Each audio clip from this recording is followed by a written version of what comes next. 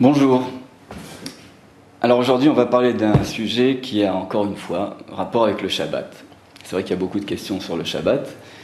Et on va traiter du Kiddush. Il y a aussi énormément de questions sur le Kiddush.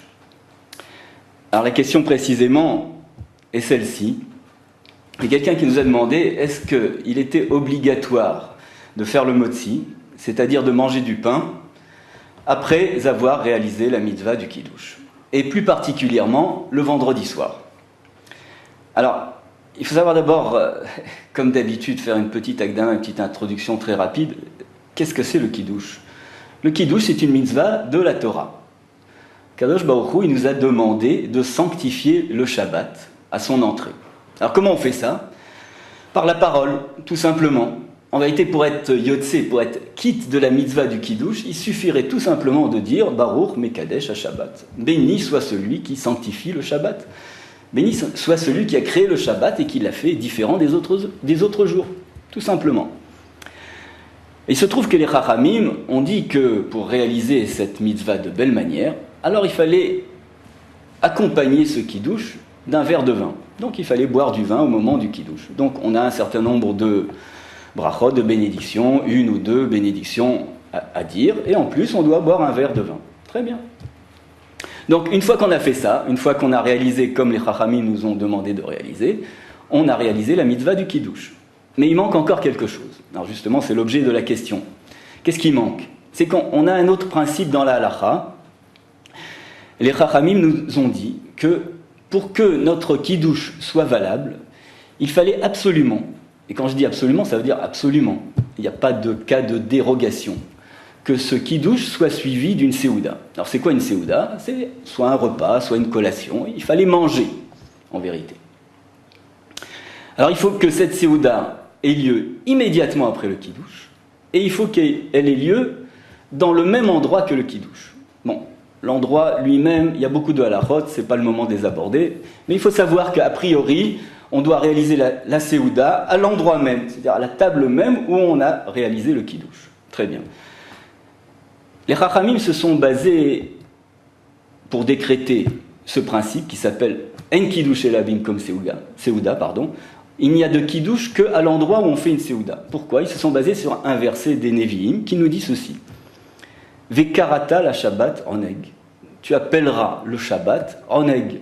C'est quoi oneg ? Oneg, c'est en vérité, c'est délice, délectation. Quel rapport avec le Kiddush ? Alors c'est très simple. Tu appelleras le Shabbat. Vekarata la Shabbat, tu l'appelleras, ça veut dire en vérité, tu l'invoqueras. Tu diras que c'est Shabbat. Tu diras que maintenant c'est Shabbat.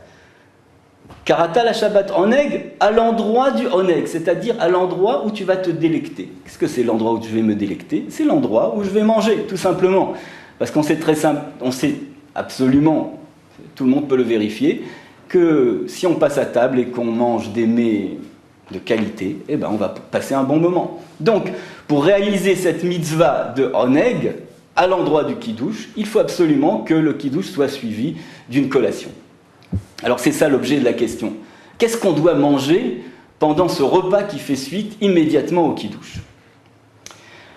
Alors il faut savoir qu'a priori, il est évident qu'il faudra manger du pain. A priori, comment on va réaliser la mitzvah de séouda ? En faisant motzi, à motzi les chem minaretz, sur du pain. Qu'est-ce qu'on doit manger ? On doit manger au minimum un kazaït de pain. Un kazaït, c'est environ 30 grammes de pain. À vrai dire, pour d'autres raisons que nous n'allons pas aborder encore aujourd'hui, il est préférable de manger 2 kazétim, c'est-à-dire 2 fois 30 grammes, 60 grammes de pain. Très bien, ça c'est une première chose. Maintenant, la personne qui n'aurait pas pu manger du pain, pour une raison ou pour une autre, pourrait réaliser la mitzvah de séouda en consommant ce qu'on appelle du mésonote, c'est-à-dire des gâteaux. Il lui suffirait de manger, après son kiddush, 30 grammes de gâteau pour être quitte de la mitzvah de séouda bimkom kiddush, c'est-à-dire d'avoir réalisé cette collation à l'endroit où il a fait le kiddush. En dernier ressort, on va dire que s'il n'a pas de pain et s'il n'a pas de gâteau, il peut aussi réaliser cette mitzvah de séouda uniquement sur un verre de vin. À ce moment-là, il lui faudra boire un verre de vin, c'est-à-dire une quantité de révite. C'est-à-dire, en gros, approximativement, 86 grammes de vin. Et il sera considéré comme ayant réalisé la mitzvah de Seuda, Bimkom, Kiddush. Très bien. Le dernier cas, mais qui n'est pas accepté par tous les poskim, par tous les décisionnaires, imaginons que la personne elle-même qui a fait le Kiddush, donc elle a déjà bu du vin. Elle a déjà bu du vin. Imaginons qu'elle ait consommé, au moment où elle a fait le Kiddush, un verre, une bonne partie du verre, révite. C'est 86 grammes. Elle a déjà bu les 86 grammes de vin. Est-ce qu'on peut considérer que ces 86 grammes de vin ont fait double emploi? C'est-à-dire qu'ils lui ont permis de réaliser le Kiddush, et ça sert en même temps de Seuda. Alors bon, là-dessus les avis sont partagés. Ce qui veut dire que cette solution ne sera utilisée que vraiment en cas extrême, quand on n'a vraiment aucun moyen de faire autrement. Donc ça c'est la halakha telle qu'elle est, disons avec les degrés de préférence. D'abord le pain, ensuite le mésonote, c'est-à-dire le gâteau, ensuite le vin. Maintenant, est-ce qu'il y a une différence entre le vendredi soir et le samedi matin? En vérité, il y a une différence et il n'y a pas de différence. C'est-à-dire que d'après le sens strict de la loi, même le vendredi soir, et on parle aussi de Yom Tov, c'est-à-dire pour la Seuda du soir de Yom Tov, on pourrait, si la situation l'exige, réaliser cette Seuda aussi avec du mésonote et aussi avec un verre de vin. Alors il est évident que ce n'est pas la meilleure solution, mais c'est acceptable. Toutefois, le vendredi soir et le soir de Yom Tov, on fera un effort. On fera un effort pour essayer de ne pas se trouver dans cette situation et pour réaliser la mitzvah de Seuda uniquement avec du pain. Pourquoi? Parce que le principe même du Kiddush Minatora, c'est-à-dire ordre de la Torah, de sanctifier le Shabbat, n'a été dit que pour le soir. Donc, puisque ce principe-là est de la Torah, alors on essaiera de le faire de la plus belle manière possible. Par contre, le lendemain, c'est-à-dire le Kiddush du jour, ce principe lui-même n'est que Midera Banan, c'est-à-dire il n'a été institué que par les Chachamim, et ce n'est pas un ordre de la Torah. Donc pour le Kiddush du jour, donc, comme c'est souvent le cas à la synagogue, après la tfila, on se réunit, on fait un Kiddush, alors qu'est-ce qu'il y a? Il y a des petits gâteaux, il y a des petites choses comme ça. Alors là, on pourra réaliser ce Kiddush avec du mésonote. Mais il faut faire très attention, parce qu'il y a des gens qui ne connaissent pas ce principe.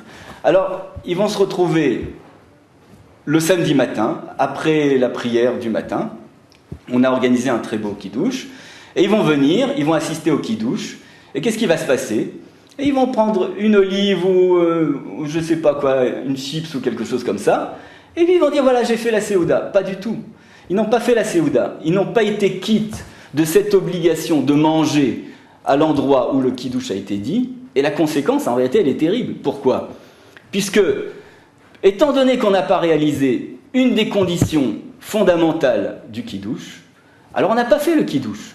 Ça veut dire on n'a pas fait le Kiddush, ça veut dire qu'on n'a pas fait le Kiddush. C'est-à-dire qu'après, on n'aura pas le droit de manger sans refaire le Kiddush, puisque le premier n'est pas valide. Ça, c'est la première chose. En plus, ce qu'on a mangé, c'est-à-dire les olives, les cacahuètes et tout ce que vous voulez, on les a mangés sans Kiddush, puisque on ne réalise pas la mitzvah comme il fallait le faire. Donc tout ça, ça a été mangé béissour, c'est-à-dire de façon interdite. Et pire que ça encore, si c'est quelqu'un qui a lui-même dit les brachot, qui a lui-même fait le Kiddush, mais après il mange qu'une olive, non seulement il n'a pas fait le Kiddush, non seulement il a mangé alors que c'était interdit, non seulement il devra refaire le Kiddush, mais toutes les brachot qu'il a fait, ce sont des brachot levatalot, c'est-à-dire qu'il a fait des bénédictions en vain. Donc il faut faire très attention à cette histoire de Seuda à l'endroit du Kiddush. En ce qui concerne le vendredi soir, on a dit, puisque l'ordre fondamental de Mekadesh à Shabbat, c'est-à-dire de sanctifier le Shabbat, de la Torah ne porte que sur le vendredi soir, alors on essayera bien entendu de manger du pain, et on essayera aussi de le faire avec toute la Seuda. Ce n'est pas uniquement de manger un petit kazaïd de pain, et puis après je vais passer à autre chose, ou je vais rentrer chez moi, ou je vais aller voir un ami, ou quoi que ce soit. Non, on essaiera de faire tout le repas tel qu'il est, avec le poisson, avec la viande, c'est-à-dire pour donner un peu de faste à cette Seuda. Qu'est-ce qu'il reste à vous dire? Il reste à vous dire une chose. C'est un point important. Il y a une deuxième mitzvah qui concerne le Shabbat et qui est indépendante du Kiddush totalement. Cette mitzvah, c'est de faire une Seouda avec l'Echem Mishneh. C'est-à-dire que on a l'obligation Shabbat de faire, pour la première Seouda du soir, celle du jour et éventuellement celle de Seouda Shlishit, de faire cette Seouda avec 2 pains. C'est une mitzvah, Bifnei Atzma, c'est une mitzvah en soi.